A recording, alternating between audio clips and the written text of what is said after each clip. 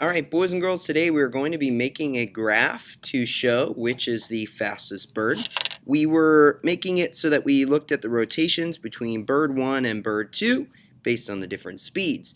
And so we are going to graph that data in our space right here in this area here. So to do that, we need to know about the parts of a graph, and we did that last week. Or a couple weeks ago, where we talked about we always need to have a title, data, scale, x-y-axis, x-axis label, and y-axis label. So going down back to our graph, we need to identify what we still need and what we're going to actually graph. And so we have a title, and we're going to call it just like this, which is the fastest bird. That's our problem, and we're also going to make that our title today. And I'm going to put that right in our space, and I'm going to shrink it in size using the scissors function to copy it and paste it in our space. So now we have our title.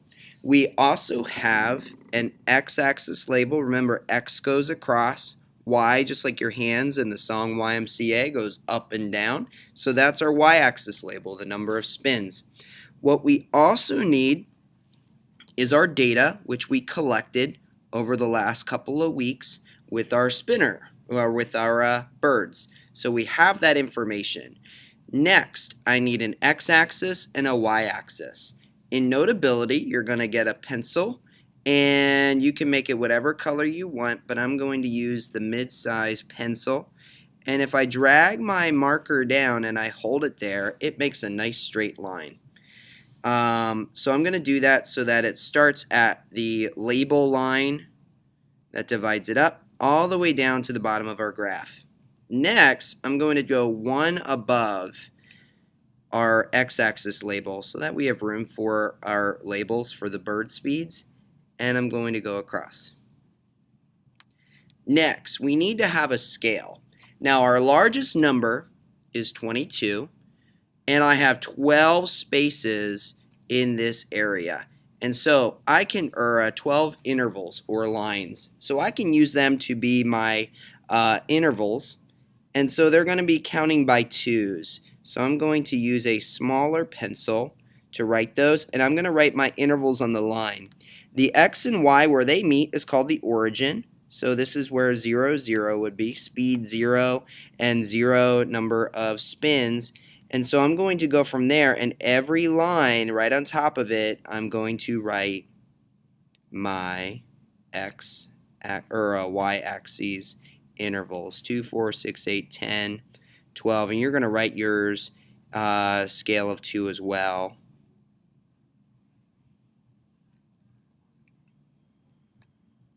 20, 22.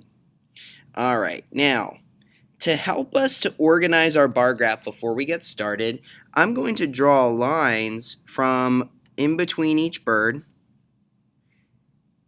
and in between each speed.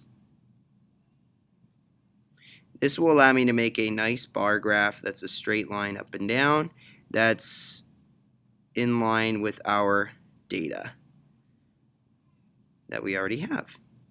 So we're going to use those to help us out today. And we'll erase those when we're done. But I also want you to take a look at what each speed is. So this one here, it says speed at which each bird is spinning. We're going to make these two speed 1. Sorry. So I'm going to put a 1 on top there. The next one right in between these two, we're going to put speed 2. And then these two here represent speed 3. Now, what we're going to do with our data is we're going to be looking for what's called the mode of the data. Mode means most. And so when I'm looking for the mode of a set of data, I'm looking for what occurs most often with each bird. So because 7 occurs most often for bird 1, I'm going to use 7 as my data for bird 1, 2 for bird 2. I want you to highlight the mode for each of your birds and their speeds. So I have some data here that I'm going to use.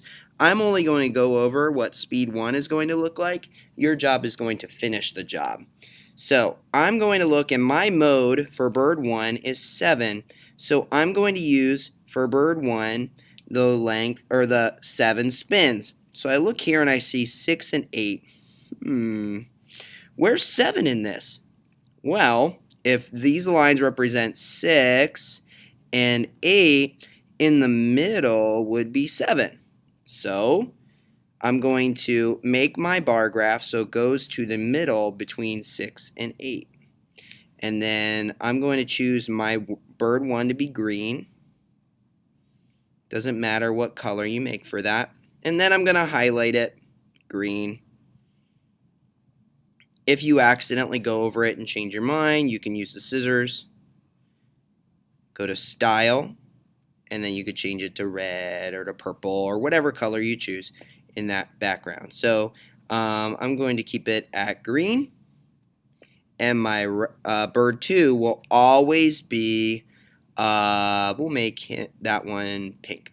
So bird 2, if I look at my data for bird 2, my mode was 2.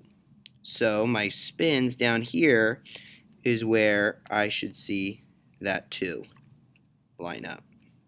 So I'm going to make my line right at 2 for bird 2's speed. And then I'm going to highlight it in pink. And so I just did speed 1, where my speed for, or my rotations was 7, and so I marked it there, and 2, and I made the bar graph for there. Your job is to finish the rest of our bar graph so that you get the different bars for each of the speeds. And with that, if you finish, you are going to be going down and you'll be finishing. You won't answer those questions, but you're going to answer the questions on page 9. If you finish the graph today, you'll get a check. If you finish the graph and the questions, it is a check plus.